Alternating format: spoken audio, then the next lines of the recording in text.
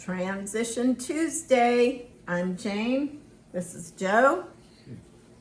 Talking about our last year of school, which is quickly coming to an end. We have, I think, about 10 more days till the end of school. So, wow, here we are.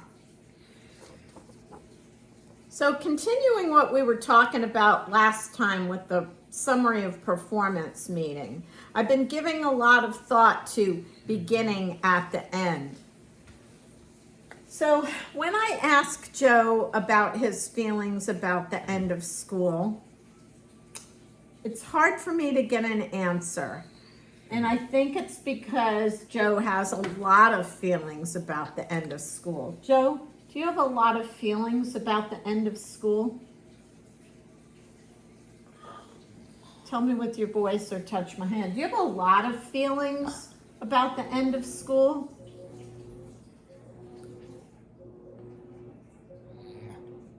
Yes. Yes.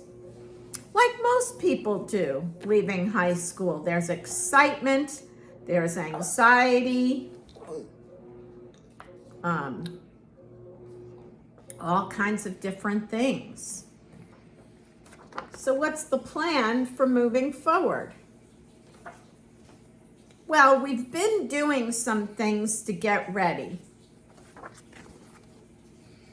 A couple of months ago, we talked about creating a relationship map for Joe, which a relationship map is just a way of thinking about all the people who are involved in your life, from practitioners who get paid to provide a service to your inner circle, which is your family. So who are my friends? Who are my social contacts?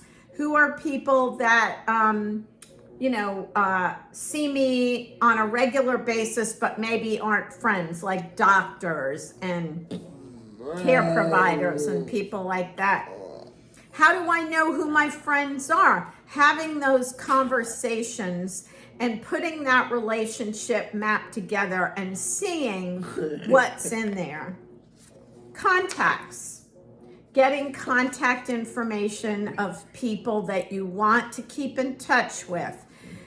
Because of things like FERPA regulations in schools, we don't just have the right to go get somebody's class information.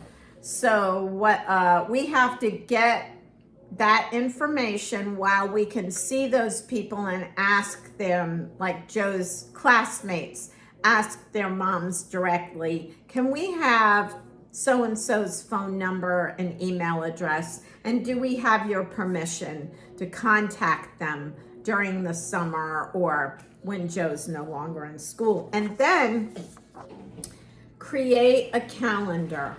Why do that? Well, you would think that Joe just wants to be free and easy, and he'll have the summer to do that. But once August comes and Joe's friends start going back to school and he is in that weird position where he's no longer one of those people going to school, how are we going to fill Joe's days with meaningful activities? Not like he's scheduled to the teeth, but to have something to look forward to. Otherwise, my concern is that Joe will become isolated and bored and depressed, and we don't want that. Which brings me to coping with sadness/change. I need to give Joe opportunities to explore his feelings. You know, when you're really upset about something and you can't speak, you're so upset, or you say, people say things like, I have no words, I don't have the words, I can't express how I feel.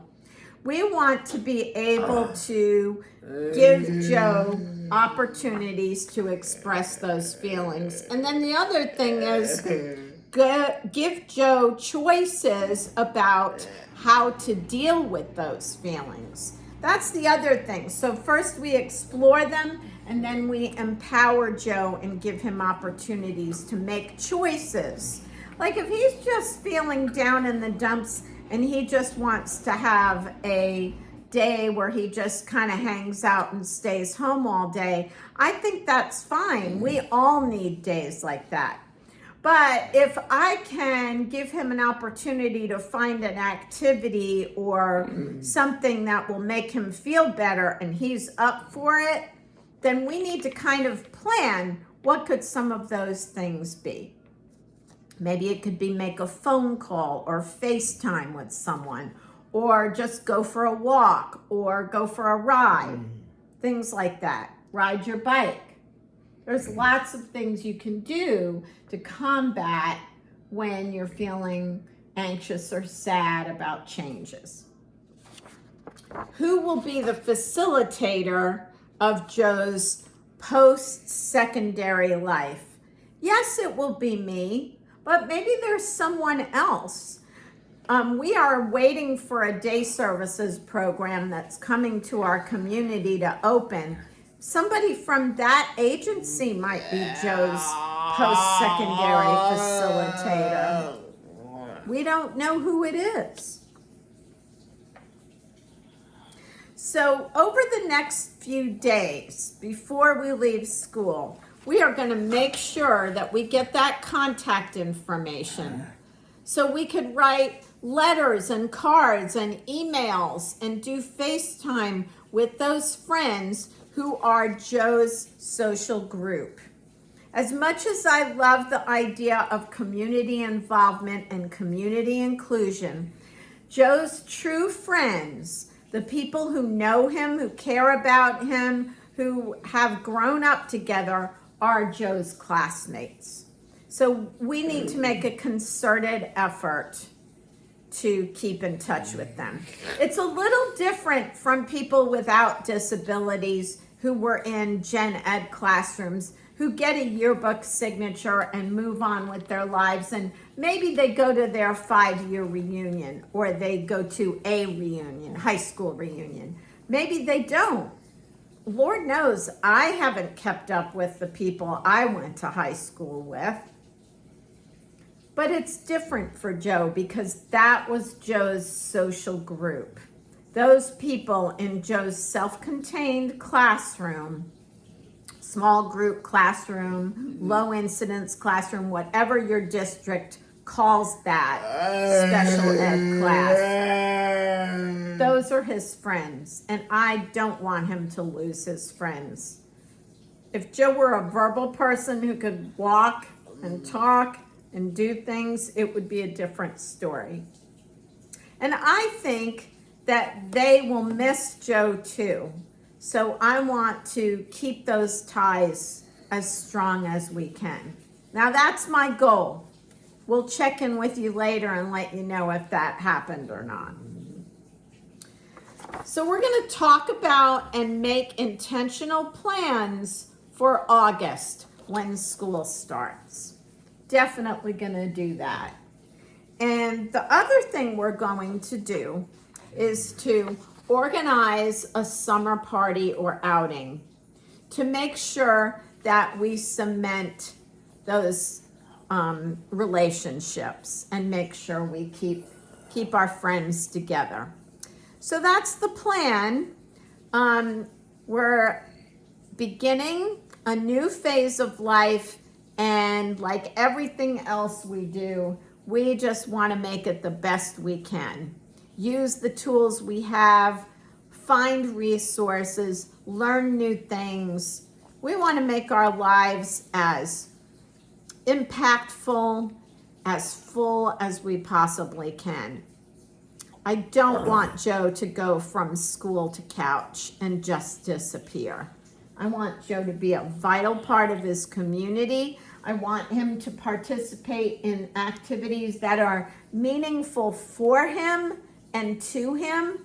And I want him to have friends. Sound like a good plan? Do you want those things too? Touch my hand or tell me with your voice if you want those things for yourself. Come on, you get the last word today. Do you want those things for yourself?